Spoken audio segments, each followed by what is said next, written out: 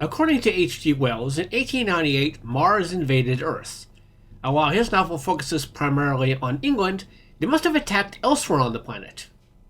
When they got to Texas, things did not go according to plan. Night of the Cooters by Howard Waldrop. Read by Carl Wallace. Sheriff Lindley was asleep on the toilet in the Pacatroco Country Courthouse when someone started pounding on the door. "Bert!" the voice yelled as the sheriff jerked awake. "Gol dang," said the lawman. The Waco newspaper slid off his lap onto the floor. Pulled his pants up with one hand and the toilet chain on the water box overhead with the other. He opened the door. Chief Deputy Sweets stood before him, a complete slip in his hand. "Dang it, Sweets," said the sheriff. "I told you never to bother me in there. It's the hottest Thursday in the history of Texas. You woke me up out of one hell of a dream." The deputy waited, wiping sweat from his forehead. There were two big circles, like half-moons, under the arms of his blue shirt. "I was 14, maybe 15 years old, and I was an Aztec or a Mixtec or something," said the sheriff. "Anyway, I was buck naked, standing on one of their ball courts with little bitty stone rings 20 feet up one wall, and it was presenting me to Montezuma. I was real proud, and the sun was shining. It was real still and cool down there in the valley of New Mexico. Looked at the grandstand, and there's Montezuma and all his high muckety-mucks with feathers and stuff hanging off him. More gold than a circus wagon.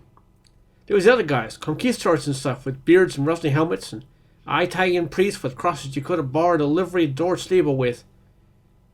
One of Montezuma's men was explaining how he was fixing to play ball for the gods and things. Knew my dream was captain of my team.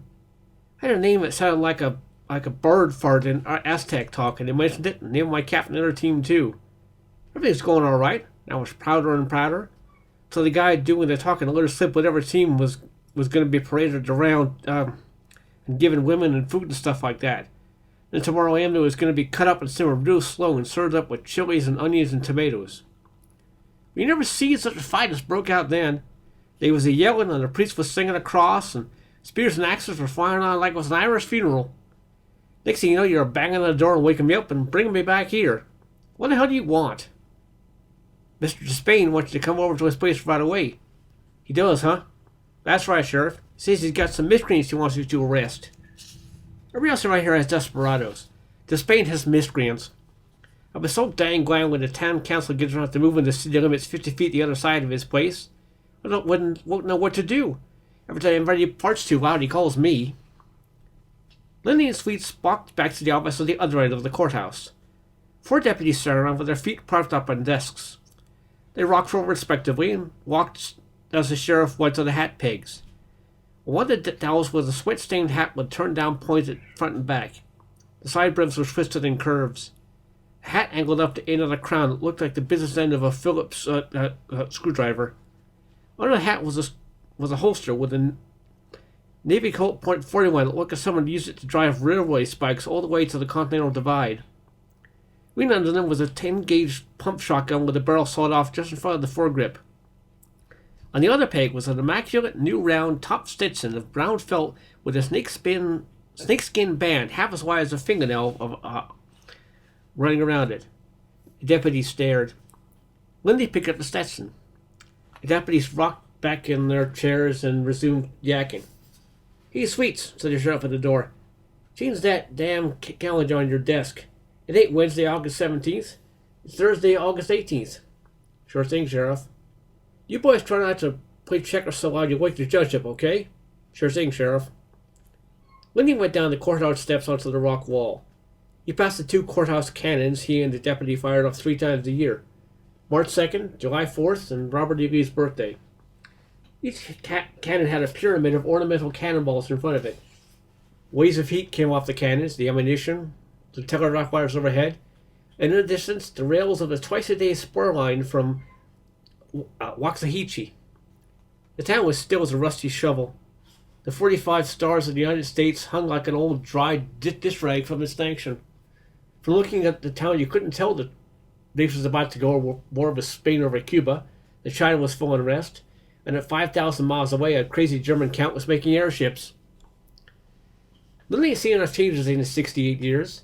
He'd been born on the bottom of an Ohio keelboat in 1830. Was in Bloody Kansas when John Brown came through. Fought for the Confederacy, first as a corporal, then a sergeant major. From Chickamauga to the wilderness, and to see more skirmishes with hostile tribes than most people would ever read about in a dozen wide-awake library novels. It was as hot as under an upside-down washpot on a tin shed roof. The sheriff's wagon horse seemed to sleep as it trotted, head down, puffs hanging in the still air like brown shrubs made of dust around his hooves.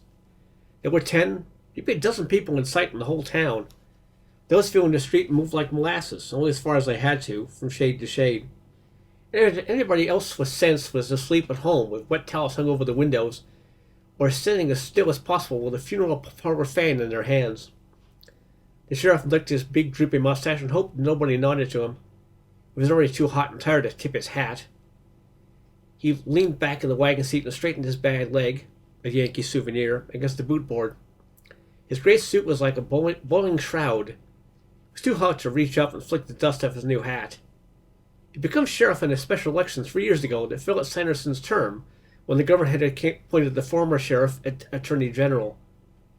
Nothing much had happened in the country since then. "Yep," he said. The horse trotted 3 steps before going back into his walking trance. Sheriff Lundy didn't bother again until he pulled up at the Spain's big place and said, "Whoa there." The black man who did everything for Despain opened the door. "Sheriff," he said. "Luther," said Linley, knocking his head. "Round back, Mr. Linley." There were 2 boys, raggedy town kids, the Struthers boy and one of the poor Chisholms, sitting on the edge of the well.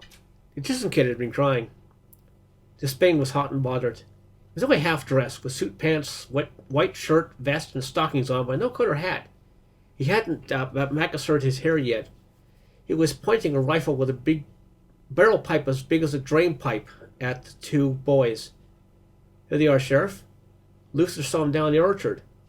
I swear he saw him stealing my peaches, but he wouldn't tell me. I knew something was up when he didn't put my clothes in the usual place next to the window I like to dress, so I looked out and saw him. They had half a potato sack full by the time I crouched around the house and caught him. Wanted to charge him with trespass and thievery." "Well, well," said the sheriff, looking down at the sack full of evidence. He turned and pointed towards the black man. "You want me to charge Luther here with collusion and abetting the crime?" Neither Linsley's nor Luther's face betrayed any emotion. "Of course not," said Despain. "I've told him time and time again he's too soft on vultures. If this keeps happening, I'll hire another boy who will enforce my orchard with buckshot if need be." Despain was a young man with eyes like a German's. As Deputy Sweets said, he had the kind of face you couldn't hit just once. He owned half the town. The other half paid him rent. "Get in the wagon, boys," said Linley. "Aren't you going to cover them with your weapon?" asked Despain. "You should know by now, Mr. Spain, that when I wear this suit, I ain't got nothing but a 3-shot pocket pistol on me. Besides," looked at the 2 boys on the wagon bed, "you know if you give me any guff, I'll jerk a bow knot in one of them and bite the other one's ass off." "I don't think there's a need for profanity," said Despain. "It's too damn hot for anything else," said Linley. "I'll climb on the jug and have Sweets run the papers over to your office tomorrow morning." "We should take him out on the rural road somewhere and flail the tar and teach them about property rights," said Despain. The sheriff tipped his hat back and looked at Despain's 3-story house with a parlor so big you could hold a radio in it. Then he looked back at the businessman and finally lowered the rifle. "Well, I know you'd like that," said Linley. "You recall most of the fellows who wrote the Constitution were pretty well off. But some of the other rich folks there thought they had funny ideas. They were real pretty smart. What do you think they were smart about was the Bill of Rights. You know, Mr. Despain, the reason they put in the Bill of Rights wasn't to give all the little people without jobs or money a lot of breaks for the law. Why they put it in there was for these people without jobs or money ever got upset and turned on them, they could ask for the same justice everybody else got." Despain looked at him with disgust. "Never liked your homespun parables, and I don't like the way you sheriff this county." "I don't doubt it," said Linley. "You got 16 months, 3 weeks, and 2 days to find somebody to run against me. Good evening, Mr. Despain." Climbed on the wagon seat. "Luther?" "Sheriff." Turned the horse around. Despain and the black man took the sack of peaches through the kitchen door into the house. The sheriff stopped the wagon near the railway tracks where the houses began to deviate from the vertical. Jody, Billy Roy, looked at them with eyes like chips of flint. "You're the dumbest pair of squirts that ever lived here. First off, half those peaches were still green. You'd have got bellyaches, and mothers would have beaten you into your lives and given you so many doses of black draught you'd sit over 10 rail fences all week. Now listen to what I'm saying, because I'm only going to say it once. If you ever hear of either of you stealing anything anywhere in this county, I'm going to put you both in school. No, Sheriff, please, no. Put you there every morning and come and get you out 7 long hours later, and have the judge issue a writ keeping you there till you're 12 years old. If you try to run away, I'll follow you to the ends of the earth with Joe Sweeper's bloodhounds and you bring you back." They were crying now. "You get home." They were running before they left the wagon. Somewhere between the second piece of cornbread and the third helping of snap beans, a loud rumble shook the ground. "Goodness sakes," said Ellie, his wife of 23 years. "What can that be?" "I expect it's Elmer up by the creek. Came in last week and asked if he could blast on the place. Told him it didn't matter to me as long as he did it between sunup and sundown and didn't blow his whole family of rugrats up. Jake down the Mercantile and Elmore bought enough dynamite to blow up Fort Worth if he'd a mind to, all but the last 3 sticks in the store. Jake had to reorder for stump blowing time. Whatever could he want with all that much? Oh, the damn old fool's the idea that vein in his own mind that played out in '83 might start up again his property. You got talking to the Smith boy. Hell, what's his name? Leo? Yeah, Leo, the one that studies down in Austin. Wins about stars and rocks and all that shit. Watch your language, Bertram. Oh, hell, anyway, that boy must have put a bug up Elmer's butt about that. Bertram? Said Elsie, printing her knife and fork. Ah, hell. Anyway, I guess Elmer will decide off his hill and bury his house before he's through. Sheriff is reading a week-old copy of the Waco Herald while Elsie washed up the dishes. He sure missed Brand's Iconoclast, the paper he used to read, which had ceased publication when the owner was gunned down on a Waco street by an irate Baptist 4 months before. The Waco paper had a little squib from London, England, about there having been explosions on Mars 10 nights in a row last month, whether it was a sign of life on the planet or some unusual volcanic activity. Sheriff Linney had never given volcanoes, except those in the valley in New Mexico, or the planet Mars much thought. Hooves came pounding down the road. He put down his paper. "Sheriff, Sheriff," he said in a high, mocking voice. "What?" asked Elsie. Then she heard the hooves and began to dry her hands on a towel on the nail of the sink. The horse stopped out front. Bare feet slapped out to the porch. Small fists pounded on the door. "Sheriff, Sheriff," yelled a voice Lindsay recognized as belonging to either Tommy or Jimmy Atkinson. He strode to the door and opened it. "Tommy, well, what's all the hoorah?" "Jimmy, Sheriff, something fell on our pasture, tore it over to hell, knocked down the tree, killed some of our cattle. Tommy can't find his dog. Mother's saying, hold on. Something you fell in your place? Like what?" "I don't know. Like a big rock, only sparks was flying off it, and it roared and blew up. So the north end of the place, and Elsie, run over and get Sweet and the boys. Have them go get Leo Smith if he ain't gone back to college yet. Sounds to me like this county's got its first shooting star. Hold on, Jimmy, I'm coming right along. Well, take my wagon. You can leave your pony here." "Oh, hurry, Sheriff, it's big. Killed our cattle and tore the fences." "Well, I can't arrest you for that," said Lindley, pointing at Stetson. "And I thought Elmer blowed himself up. My, I ain't never seen a shooting star before." "Damn, if it don't look like somebody threw a locomotive through here," said the sheriff. "The Atkinson place used to have a sizable hill, and the tallest tree in the county on it. Now it had half a hill and a big stump, and beyond a huge crater. Dirt had been thrown up in a 10-foot-high pile around it. It was a large, rounded gray object buried in the dirt, and torn rock at the bottom. Waves of heat rose from it, and gray ash, like old charcoal, fell off it into the simmering pit. Half the town was riding on wagons and on horseback as the news spread. The closest neighbors were walking over in the twilight, wearing their visiting clothes. Well, said the sheriff, looking down. So that's what the meteor looks like." Leo Smith was in the pit, walking around. "I figured you'd be here sooner or later," said Lindley. "Oh, sure," said Leo. "It's too hot to touch. Part of a cow was buried under the back end." The sheriff looked over the Atkinson family. "You folks is damn lucky. The thing could have come down smack on your house, or worse, your barn. What time did it fall? Straight up and down 6 o'clock, said Mrs. Atkinson. We were sitting down to supper. Saw it out of the corner of my eye, then all tarnation came down. Rocks must have been falling for 10 minutes. It's pretty spectacular, Sheriff, said Leo. Going to town to telegraph off to the professors at the university. They sure want to look at this. Any reason other than general curiosity? Asked Lindley. I've only seen pictures and had the little bitty parts of one, said Leo, but it doesn't look usual. It's turning like big rocks, all stone or iron. Outside this one's soft and crumbly. Ashy, too. There was a slight pop and a stove cooling noise from the thing. Wait and come back in and tell with me if you want to. Hey, Sweets. The chief deputy came over. Company boys better stay here tonight. Keep you from falling in the hole. I guess if Leo's got a wire in the university, better keep anybody from knocking chunks off it. It's probably get pretty crowded. Without Atkinson's, I start charging a nickel a look. Sure thing, Sheriff. I'll be out here tomorrow morning taking the gander. I gotta serve a process paper on old Theobald before he lights out for his chores. If I sent one of you boys, he'd soon shoot you to say howdy. Sure thing, Sheriff. He and Lee Atkinson and Jimmy Atkinson got in the wagon and rode off towards the quiet lights of town far away. There was a new smell in the air. The sheriff noticed as he rode towards the Atkinson ranch by the south road early the next morning. It was an odor like when something goes wrong in the telegraph office. Smoke was curling up from the pasture, even as a scrub fire started from the heat of the falling star. He topped the last rise. Before him lay devastation the likes of which he hadn't seen since the retreat from Atlanta. Great God Almighty, he said. There were dead horses and charred wagons all around. The ranch house was untouched, but the barn was burned to the ground. There were crisscross lines of burnt grass that looked like they'd been painted with a tar brush. He saw no bodies anywhere.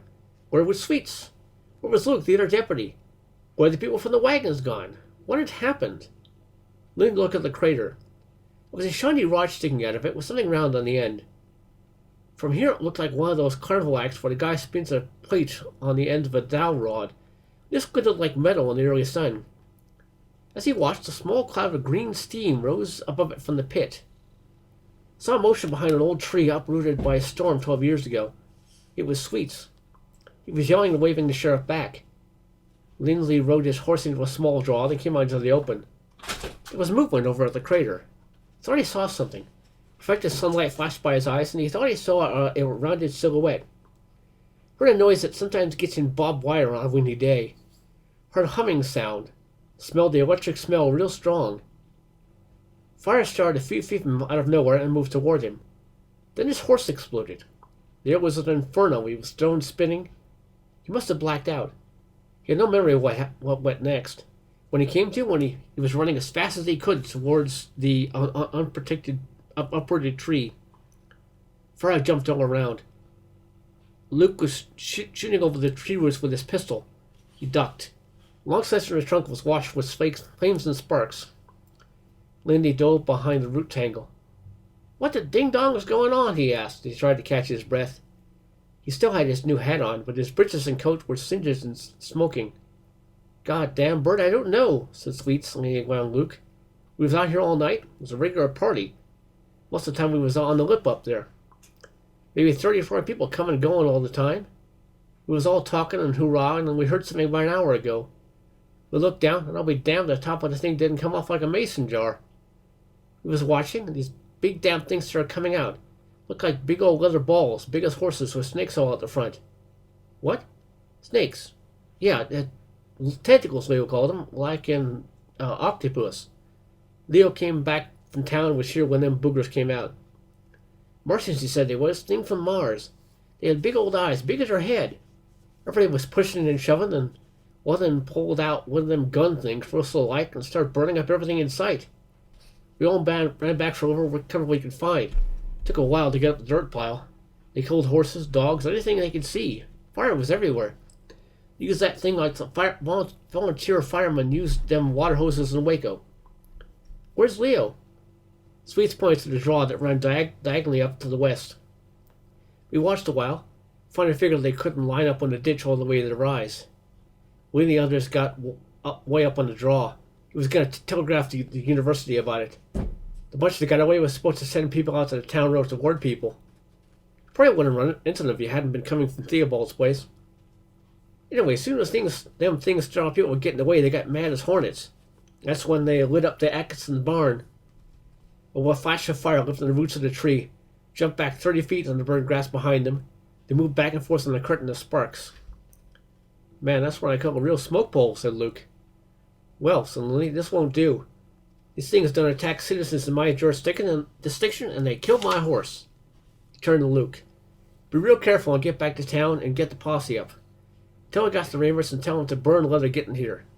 Then get a hold of Skip Whitworth and have him bring out the gun.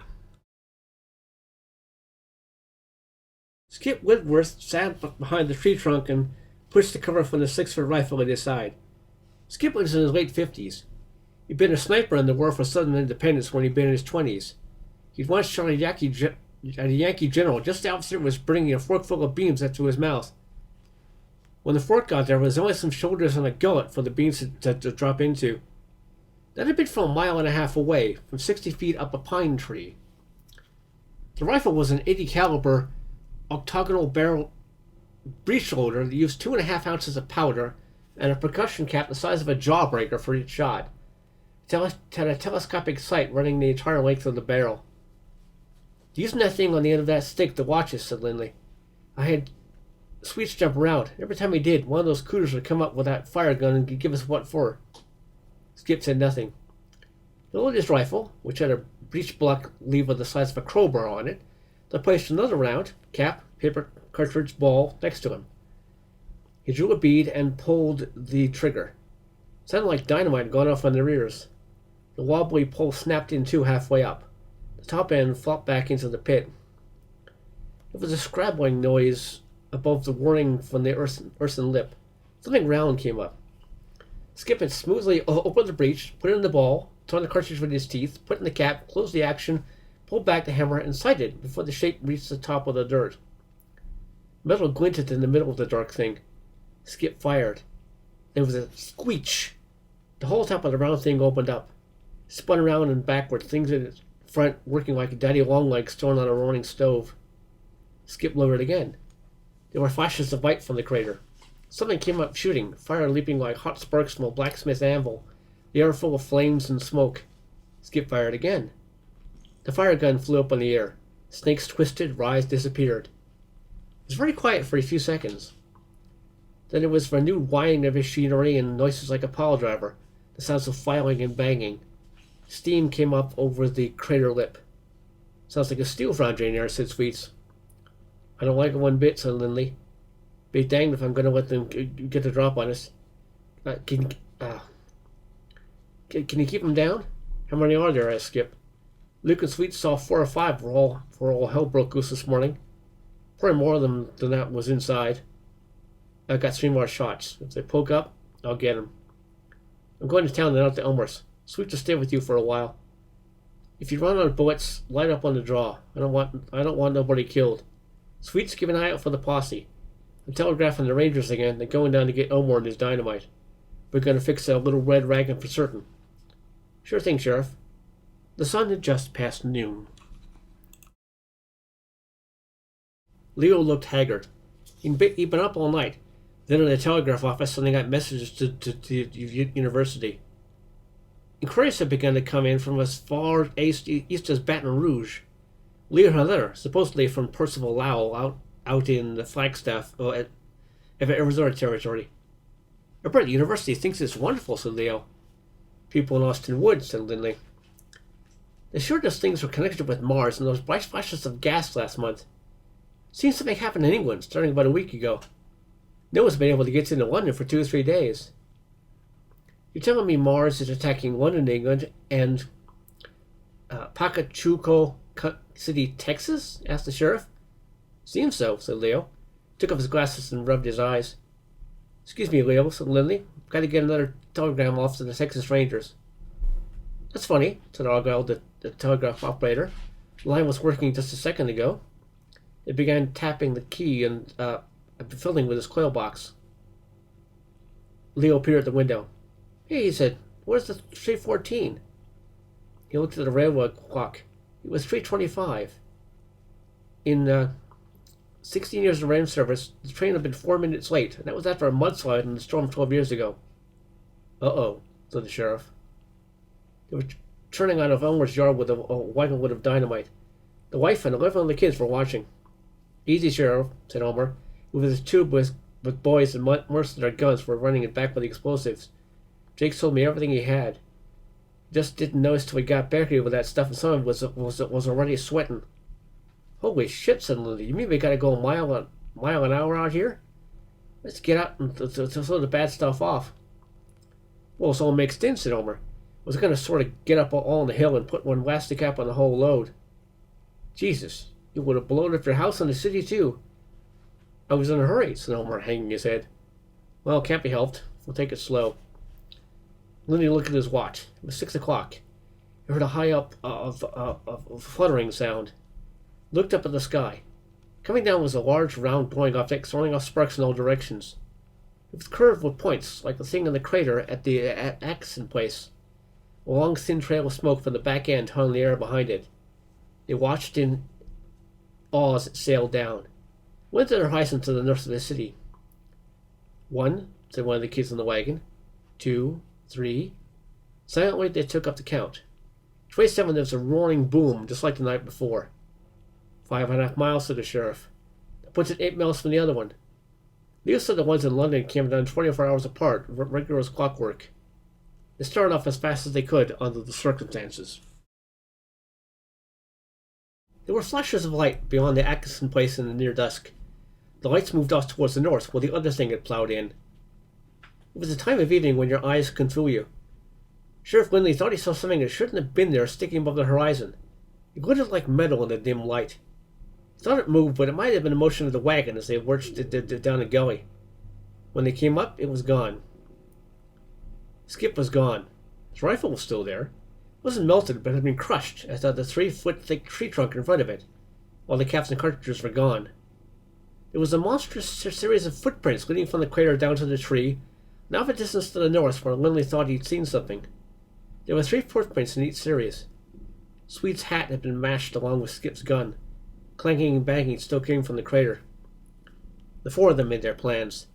Winnie had a shotgun and pistol, which Luke had brought out with him that morning, though he was still wearing his Bourne suit and his untouched Stetson. He tied together the 15 sweatiest sticks of dynamite he could find. They crept up, then rushed the crater. "Hurry up!" yelled the sheriff to the man at the courthouse. "Get that cannon up those stairs." "He's still coming this way," yelled Luke from up above. They'd been watching the giant machine from the courthouse since it had come up out of the Atkinson place. Well, Sheriff and Elmer and his boys made it to the town after their sortie. Come across to the north, gone to the site of the second crash, stood motionless there for quite a while.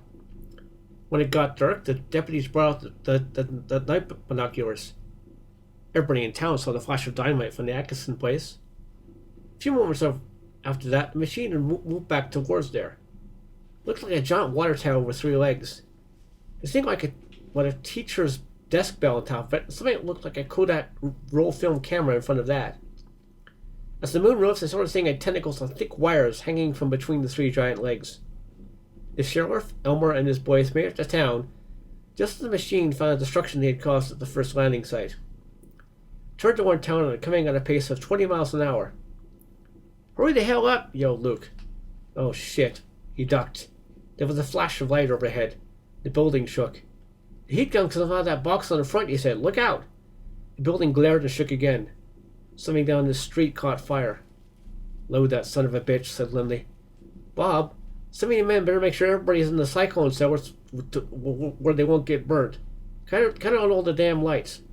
"Hell, Sheriff, they know we're here," yelled the deputy.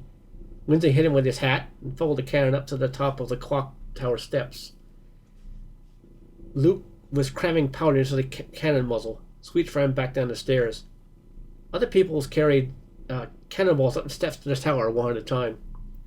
Leah came up. "What'd you find, Sheriff?" when he went back. There was a cool breeze for a few seconds on the courthouse tower. Lindley breathed a few deep breaths, remembering. Pretty rough. It was still stone and working after that thing had gone. They were building another one just like it. He pointed towards the machine, which was firing up houses to the northeast east side of town, swinging the ray back and forth. They could hear its hum. Homes and chicken coops burst into flames. A mooing cow was stilled. We threw in the dynamite and blew most of them up.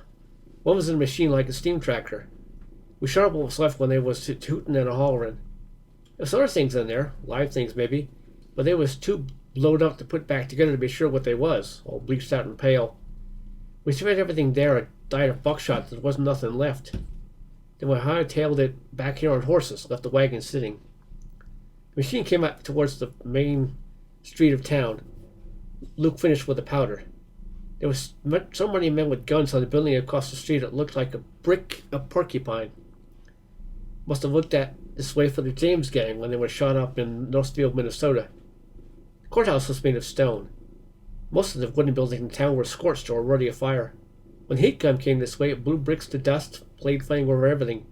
The air above the whole town heated up. They'd put out the lamps behind the clock faces. There was nothing but moonlight glinting off the three-legged machine, flames of burning buildings, the faraway glow of prairie fires. It looked like a Pakachuco city was on the outskirts of hell. "Get ready, Luke," said the sheriff. The machine stopped between two burning stores, its tentacles pulling out smoldering horse-stack, chains, kegs of nails, and heaving them this way and that. Somewhere on the end of the street fired off a round. There was a high, thin ricochet off the machine. Sweets ran upstairs, something in his arms. It was a curtain from one of the judge's windows. He'd ripped it down and tied it to the end of one of the janitor's long window brushes. On it he had lettered in the temporary paint, "Come and take it." There was a ragged, nervous cheer from the men in the building as they read it by the light of the flames.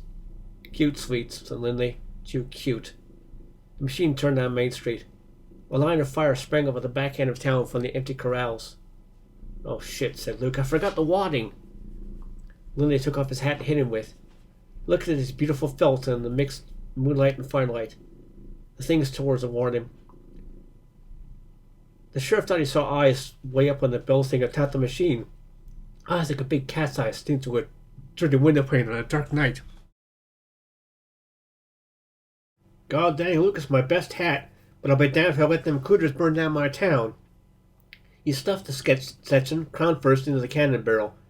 Luke shoved it in with a ramrod, threw in two 35-pound cannonballs behind it, pushed them home, and swung the barrel out over Main Street. The machine began to tear up something. "Okay, boys," yelled Lindley, "attract his attention." Rifle and shotgun fire winked on the rooftop.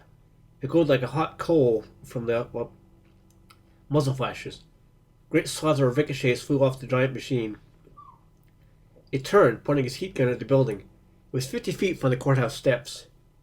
"Now," said the sheriff.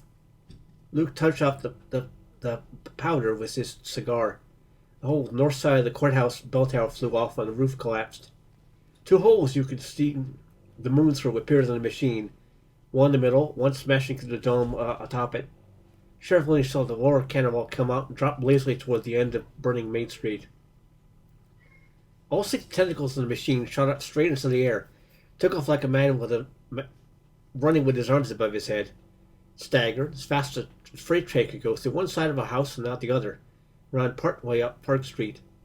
One of its 3 legs went higher than its top. Hopped around like a crazy man on crutches before his feet got tangled in a horse pasture fence and it went over backward with a shudder. A great cloud of steam came out of it and hung in the air. No one in the courthouse heard the sounds of the steam. They're all deaf as posts from the explosion. The barrel of the cannon was burst all along the end. The men that were over the roof were jumping up and down and clapping each other on the back. The "Come and take it" sign on the courthouse had 2 holes in it, neater than you could have made with a biscuit cutter. First a high whine, then a dull roar, and something like normal hearing came back to the sheriff's last ear. The right one still felt like a kid had his fist in there. "Dang it, Sweets," he yelled. "How much power did Luke use?" "Huh?" Luke was banging on his head with both his hands. "How much power did he use?" Two and a half cans," said Sweets. "It only takes half a can of ball," yelled the sheriff. He reached for his hat to hit Luke with, touched his bare head. "I feel naked. Come on, we're not through yet. We got fires to put out and some hash to settle." Luke was still standing, shaking his head. The whole town was cheering. It looked like a pot lid slowly blowing open, moving just a little. Every time the end unscrewed a little more, ashes and cinders fell off into the second pit. There was a pile of ridge of them. The back turned again, moved a few inches, quit. Then it wobbled. There was a sound like a stove being jumped up a chimney, and the whole back end rolled up like a mad bank vault and fell off. There were 184 men and 11 women, all standing behind the open end of the thing, their guns pointed towards the interior. At the exact center was Sweets and Luke with the other courthouse cannon. This time there was one can of powder, but the barrel was filled to the end with everything from the blacksmith's shop floor. Busted window glass, nails, horseshoes, bolts, stirrup buckles, and broken files and saws. Eyes appeared in the dark interior. "Remember the Alamo," said the sheriff, everybody, and the cannon fired. When the third meteor came that evening, south of town at 13 minutes past 6, they knew something was wrong. It wobbled in flight, lost speed, and dropped like a long, heavy leaf. Didn't have to wait for this one to cool and open. When the posse arrived, the thing was split open and torn. Heat and steam came from the inside. One of the pale things was creeping forlornly across the ground with great difficulty. It looked like a thin gingerbread man made of glass with only a knob for a head. "It's probably hurting from the gravity," said Leo. "Fix it, Sweets," said Lindley. "Sure thing, Sheriff." There was a gunshot. No fourth meteor fell, though they had scouts out for 20 miles in all directions, and the railroad tracks and telegraph wires were fixed again. "I've been doing some figuring," said Leo. "There were 10 explosions on Mars last month. These things started landing in England last week Thursday. We should have got the last 3. There shouldn't be any more." "You've been figuring, huh?" "Sure have." "Well, we'll see." Sheriff Lindley stood on his porch. It was sundown on Sunday, 3 hours after another meteor should have fallen, had there been one. Leo rode up. Saw Sweets and Luke heading towards the Atkinson place for more dynamite. "What are they doing?" "They're blowing up every last remnant of this thing, lock, stock, and asshole." "But," said Leo, "the professors from the university will be here tomorrow to look at their ships and machines. You can't destroy them." "Shit on the University of Texas and the horse it rode in on," said Lindley. "My jurisdiction runs from Deer Piss Creek to Buenos Frijoles, up the little clear fork of the North Branch of Mud River, back to the creek and everything in between. If I say something gets blown up, it's on its way to Kingdom Come." Put his arms on Leo's shoulders. "Besides, what little grass in this country is supposed to be green? What's growing around them things is red. I really don't like it." "But, Sheriff, I've got to meet Professor Loyal tomorrow." "Listen, Leo, I appreciate what you've done, but I'm an old man. I've been kept up by Martian for 3 nights. Lost my horse, my new hat, and they busted my favorite gargoyle off the courthouse. I'm going in and get some sleep, and I only want to be woke up for the second coming by Jesus Christ himself." Leo jumped on his horse and moved for the Atkinson place. Sheriff Lindley curled in the bed and went to sleep as soon as his head hit the window. He had a dream. He was a king in Babylon. He lay on a couch on the top of a ziggurat, just like the Tower of Babel in the Bible. He surveyed the city and the river. There were women all around him, and men with curly beards and big headdresses. Occasionally, someone would feed him a large fig from a golden bowl. His dreams were uninterrupted by the sounds of dynamiting, first on one side of town, then another, and then another. The end.